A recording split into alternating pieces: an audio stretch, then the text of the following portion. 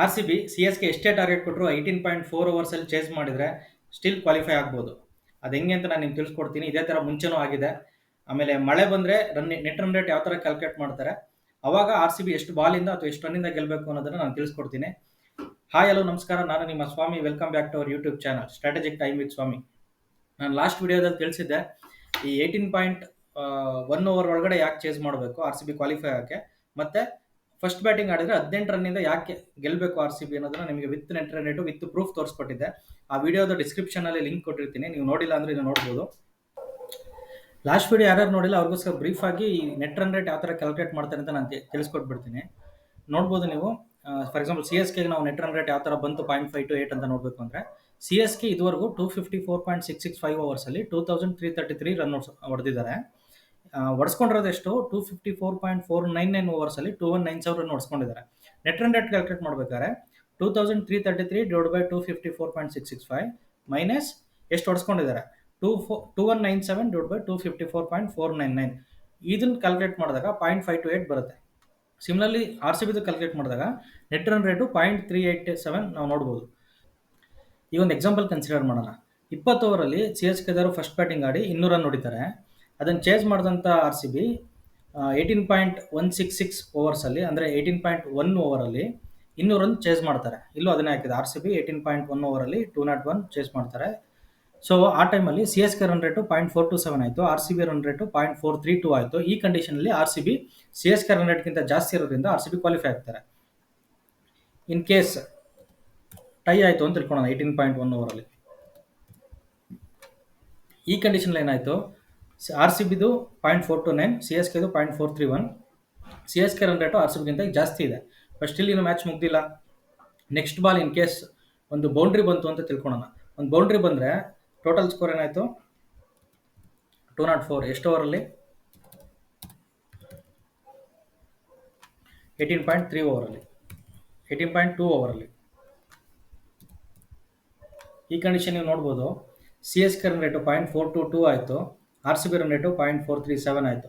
ಈ ಕಂಡೀಷನಲ್ಲಿ still R C B qualify ಆಗ್ಬೋದು. ಸೊ ಟೈ ಆದರೆ ನೆಕ್ಸ್ಟ್ ಬಾಲ್ ಅಂದರೆ 18.1 ಓವರಲ್ಲಿ ಟೈ ಆಯಿತು ಅಂತ ಅಂದ್ಕೊಂಡ್ರೆ ಸ್ಕೋರು, ನೆಕ್ಸ್ಟ್ ಬಾಲ್ ಬೌಂಡ್ರಿ ಬಂದರೆ still R C B qualify ಆಗ್ಬೋದು. ಇನ್ನು ಎಷ್ಟು ಬಾಲ್ದಾಗ ನಾವು ಆ ಥರ ಪ್ರೊಲಾಂಗ್ ಮಾಡ್ಬೋದು ಅಂದರೆ, ಈಗ 18.2 ಬಾಲಲ್ಲಿ ಬೌಂಡ್ರಿ ಬಂತಲ್ವಾ, ಸಿಮಿಲರ್ಲಿ ನಾನು 18.3 ಅನ್ಕೊತೀನಿ. ಆ ಟೈಮಲ್ಲಿ ಬೌಂಡ್ರಿ ಬಂದ್ರೂ ಸ್ಟಿಲ್ ಕ್ವಾಲಿಫೈ ಆಗ್ಬೋದಾ? ಎಸ್, ಇನ್ನೂ ಕ್ವಾಲಿಫೈ ಆಗ್ಬೋದು. ಯಾಕಂದರೆ ಸಿ ಎಸ್ ಕೆ 0.427 ಆಯಿತು, ಆರ್ ಸಿ ಬಿ 0.431 ಆಯಿತು. 3 ಬಾಲ್ ಆಯಿತು. ನಾನು ಹೇಳಿದ್ದೇನು 18.4 ಅಂತ.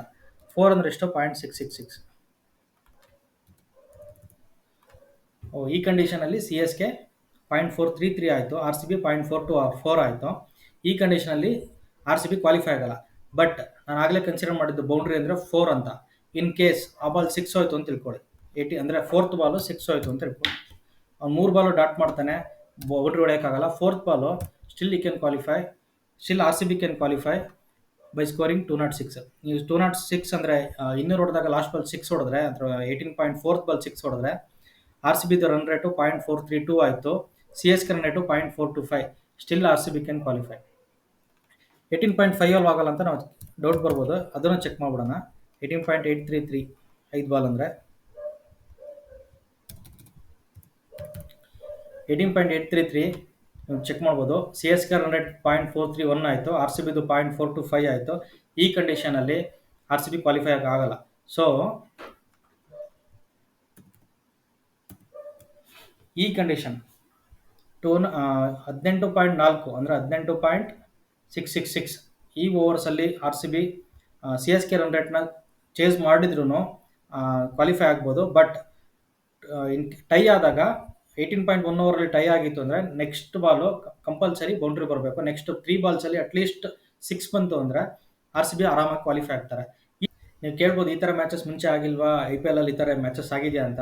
ಖಂಡಿತವಾಗ್ಲೂ ಆಗಿದೆ, ನಾನು ನಿಮ್ಗೆ ತೋರಿಸ್ಕೊಡ್ತೀನಿ.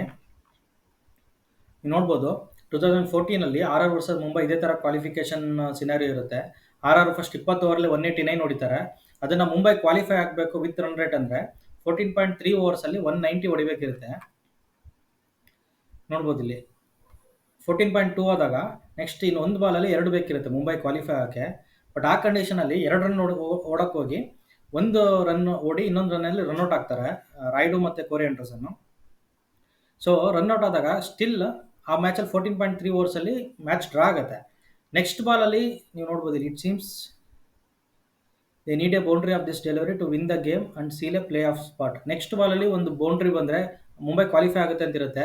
ಆ ಟೈಮಲ್ಲಿ ಆದಿತ್ಯ ತಾರೆ ನೆಕ್ಸ್ಟ್ ಬಾಲು ಈ ಕಡೆ ಡೀಪ್ ಫೈನ್ ಲೆಗ್ ಕಡೆ ಒಂದು 6 ಹೊಡೆದು ಮ್ಯಾಚ್ನ ವಿನ್ ಮಾಡ್ತಾರೆ. ಸೊ ಈ ಉದಾಹರಣೆ ಮುಂಚೆನೂ ಇದೆ. ಅವತ್ತಿನ ಮ್ಯಾಚ್ಗೆ ಇವತ್ತಿನ ಮ್ಯಾಚ್ಗೂ ತುಂಬ ಸಿಮಿಲಾರಿಟೀಸ್ ಇದೆ. ನೀವು ನೋಡ್ಬೋದು ಇಲ್ಲಿ, ಇದು ಆ್ಯಕ್ಚುಲಿ 14 ಮ್ಯಾಚ್ ಆದಮೇಲಿನ ಪಾಯಿಂಟ್ಸ್ ಟೇಬಲ್ಲು. ಸೊ ಈ ಮ್ಯಾಚ್ ಆಗ ಮುಂಚೆ 13 ಮ್ಯಾಚಸ್ ಇಬ್ಬರು ಟೀಮ್ ಆಡಿರ್ತಾರೆ. 13 ಮ್ಯಾಚಸ್ RR ಟೀಮು 13 ಮ್ಯಾಚಲ್ಲಿ 14 ಪಾಯಿಂಟ್ ಇರುತ್ತೆ. ಈಗ CSK 13 ಮ್ಯಾಚಲ್ಲಿ 14 point with better run rate. Same position Rajasthan Royals ಇರ್ತಾರೆ. ಮುಂಬೈ ಇಂಡಿಯನ್ಸ್ 13 ಮ್ಯಾಚಲ್ಲಿ 12 ಪಾಯಿಂಟ್ ಇರುತ್ತೆ. RCB ಈಗ 13 ಮ್ಯಾಚಲ್ಲಿ 12 ಪಾಯಿಂಟ್ ಇದೆ. ಮುಂಬೈ ಇಂಡಿಯನ್ಸ್ RR ಮೇಲೆ ವಿತ್ 14.3 ಓವರ್ಸಲ್ಲಿ ಆ ರನ್ ರೇಟ್ ಚೇಸ್ ಮಾಡಿದರೆ ರಾಜಸ್ಥಾನ್ಗಿಂತ ಮೇಲೆ ಹೋಗಿ ಕುತ್ಕೊಂಡು 14 ಪಾಯಿಂಟ್ಸಲ್ಲಿ with better run rate qualify ಆಗೋ ಚಾನ್ಸ್ ಇರುತ್ತೆ. ಈಗಲೂ ಕೂಡ RCBಗೆ CSK ಮೇಲೆ 18.1 ಓವರಲ್ಲಿ ಚೇಸ್ ಮಾಡಿದರೆ CSKಗಿಂತ ಮೇಲೆ ಬೆಟರ್ ರನ್ ರೇಟ್ಗೆ ಬಂದು ಕ್ವಾಲಿಫೈ ಆಗೋ ಚಾನ್ಸಸ್ ಇದೆ. ಸೊ ಎಲ್ಲ ಆಲ್ಮೋಸ್ಟ್ ಸಿಮಿಲಾರಿಟಿ ಇದೆ. ಸೊ 18.1 ಓವರ್ ಹೊಡೆಯೋಕ್ಕಾಗಿಲ್ಲ ಅಂದ್ರೂ ಪರವಾಗಿಲ್ಲ, ನೆಕ್ಸ್ಟ್ 3 ಬಾಲಲ್ಲಿ ಒಂದು ಬೌಂಡ್ರಿ ಬಂದ್ರೂ RCB ಕ್ವಾಲಿಫೈ ಆಗೋಂಥ ಚಾನ್ಸಸ್ ಜಾಸ್ತಿ ಇದೆ. ಸೊ ತುಂಬ ಸಿಮಿಲಾರಿಟೀಸ್ ಇದೆ. ಆ match actually RR first time ನಾನು ದ್ರಾವಿಡ್ ಅಷ್ಟು ಕೋಪ ಮಾಡ್ಕೊಂಡಿದ್ದು ನಾನು ನೋಡಿದ್ದು. ಕ್ಯಾಪ್ ತೆಗೆದು ಹಿಂಗೆ ನೆಲಕ್ಕೋಸ್ತು ಹೋಗ್ತಾರೆ. ಆದಿತ್ಯ ತಾರೆ ಸೆಲೆಬ್ರೇಷನ್ ಕೂಡ ತುಂಬ ಚೆನ್ನಾಗಿರುತ್ತೆ ನೋಡೋಕ್ಕೆ, ತುಂಬ ವೈರಲ್ ಕೂಡ ಆಗ್ಬಿಟ್ಟಿರುತ್ತೆ ಆ ಟೈಮಲ್ಲಿ. ಸೊ ಮ್ಯಾಚ್ ಅಂತೂ ನಾಳೆ ತುಂಬ ಹೈ ವೋಲ್ಟೇಜ್ ಮ್ಯಾಚು, ತುಂಬ ಎಂಟರ್ಟೈನಿಂಗ್ ಆಗಿರುತ್ತೆ.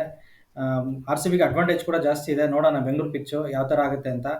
ಅದ್ರ ಜೊತೆಗೆ ಈಗ ಮಳೆದು ಕೂಡ ತುಂಬ ಹೇಳ್ತಾ ಇದ್ದಾರೆ. ಇನ್ ಕೇಸ್ ಮಳೆ ಬಂದರೆ ರನ್ ರೇಟ್ ಯಾವ ಥರ ಲೆಕ್ಕಾಚಾರ ಮಾಡ್ತಾರೆ ಅದನ್ನು ಕೂಡ ನಾನು ನಿಮ್ಗೆ ತಿಳಿಸ್ಕೊಡ್ತೀನಿ. ಇದು 3 ಕಂಡೀಷನ್ ಇದೆ. ಒಂದು, ಮ್ಯಾಚ್ ಸ್ಟಾರ್ಟ್ ಆಗೋಕ್ಕಿಂತ ಮುಂಚೆನೇ ಮಳೆ ಬಂದು ಅಥವಾ ಮ್ಯಾಚ್ ಇನ್ ಬಿಟ್ವೀನ್ ಮಳೆ ಬಂದು ಫುಲ್ ಮ್ಯಾಚೇ ರದ್ದಾಗೋದು. ಆ ಟೈಮಲ್ಲಿ CSK ಡೈರೆಕ್ಟ್ 15 ಪಾಯಿಂಟ್ಸಿಂದ ಕ್ವಾಲಿಫೈ ಆಗ್ತಾರೆ, RCB 13 ಪಾಯಿಂಟ್ಸಿಂದ ಎಲಿಮಿನೇಟ್ ಆಗ್ತಾರೆ. ಸೆಕೆಂಡ್ ಕಂಡೀಷನ್, ಮ್ಯಾಚ್ ಸ್ಟಾರ್ಟ್ ಆಗಕ್ಕೆ ಮುಂಚೆನೇ ಮಳೆ ಬಂದು ಆಮೇಲೆ ಸ್ವಲ್ಪ ಹೊತ್ತಾದ್ಮೇಲೆ ನಿಂತು ಒಂದು 10 ಓವರ್ ಮ್ಯಾಚ್ ಆಗುತ್ತೆ ಅಥವಾ ಒಂದು 6 ಓವರ್ ಮ್ಯಾಚ್ ಆಗುತ್ತೆ ಅಂದರೆ ಅವಾಗಲೂ ಕೂಡ ಸೇಮ್ ಈಕ್ವೇಷನ್ ಅಪ್ಲೈ ಆಗುತ್ತೆ. 10 ಓವರ್ ಮ್ಯಾಚ್ ಆದ್ರೂ for example RCB first batting ಆಡ್ತು ಅಂದರೆ ಅವಾಗಲೂ ಇವ್ರು 100 ರನ್ 10 ಓವರಲ್ಲಿ ಒಂದು 120 ಹೊಡೆದ್ರೆ ಅವ್ರನ್ನ 102 ರನ್ ಅಂದರೆ 18 ರನ್ ಅಂತರದಿಂದನೇ ಗೆಲ್ಲಬೇಕು.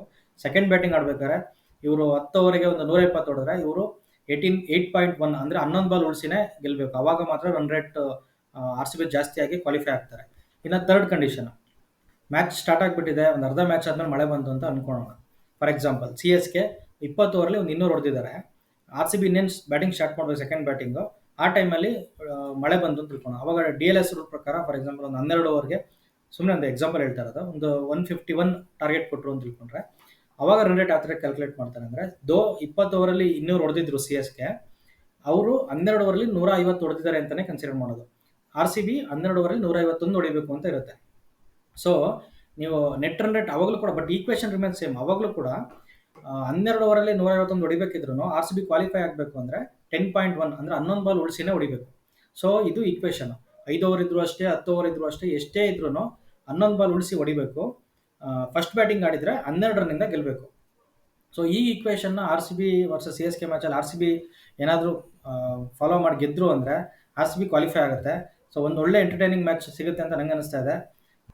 ಸೊ ಇಷ್ಟೆಲ್ಲ ನೋಡಿದ ಮೇಲೆ ಫಸ್ಟ್ ಬ್ಯಾಟಿಂಗ್ ಬೆಟ್ರಾ ಸೆಕೆಂಡ್ ಬ್ಯಾಟಿಂಗ್ ಬೆಟ್ರಾ ಅಂತ ನೋಡೋದಾದರೆ ನನ್ನ ಪ್ರಕಾರ ಸೆಕೆಂಡ್ ಬ್ಯಾಟಿಂಗ್ ಬೆಟರ್ ಅನ್ಸುತ್ತೆ. ಯಾಕೆಂದರೆ ಒಂದು ಟಾರ್ಗೆಟ್ ಕಣ್ಮುಂದೆ ಇರುತ್ತೆ, ಎಷ್ಟು ರನ್ ಹೊಡಿಬೇಕು, ಇಷ್ಟೇ ಬಾಲಲ್ಲಿ ಹೊಡಿಬೇಕು ಅನ್ನೋದೊಂದಿದೆ.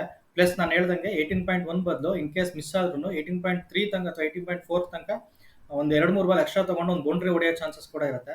ಸೊ ಆ ಅಡ್ವಾಂಟೇಜು ಫಸ್ಟ್ ಬ್ಯಾಟಿಂಗ್ ಆಡ್ದಾಗಿಲ್ಲ. ಸೊ ನನ್ನ ಕೇಳಿದ್ರೆ ಸೆಕೆಂಡ್ ಬ್ಯಾಟಿಂಗ್ ಅಡ್ವಾಂಟೇಜ್ ಇದೆ. ಆಮೇಲೆ ಬೆಂಗಳೂರು ಪಿಚ್ ಆಗಿರೋದ್ರಿಂದ ಸೆಕೆಂಡ್ ಬ್ಯಾಟಿಂಗಲ್ಲಿ ಬಾಲ್ ಸ್ವಲ್ಪ ನೀಟಾಗಿ ಬ್ಯಾಟಿಂಗ್ ಬರುತ್ತೆ ಅಂತ ಹೇಳ್ತಾರೆ. ಸೊ ಅಡ್ವಾಂಟೇಜ್ ಇದೆ. ಜಾಸ್ತಿ ಎಷ್ಟೇ ಸ್ಕೋರ್ ಇದ್ರೂ ಸೆಕೆಂಡ್ ಬ್ಯಾಟಿಂಗಲ್ಲಿ ಚೇಸ್ ಮಾಡೋದು easy. Bengaluru pitch high scoring ground ಕೂಡ, ಒಂದು ಎಂಟರ್ಟೈನಿಂಗ್ ಮ್ಯಾಚ್ನ ನೋಡೋಕ್ಕೆ ಸಿಗುತ್ತೆ ಅಂತ ಅನಿಸುತ್ತೆ.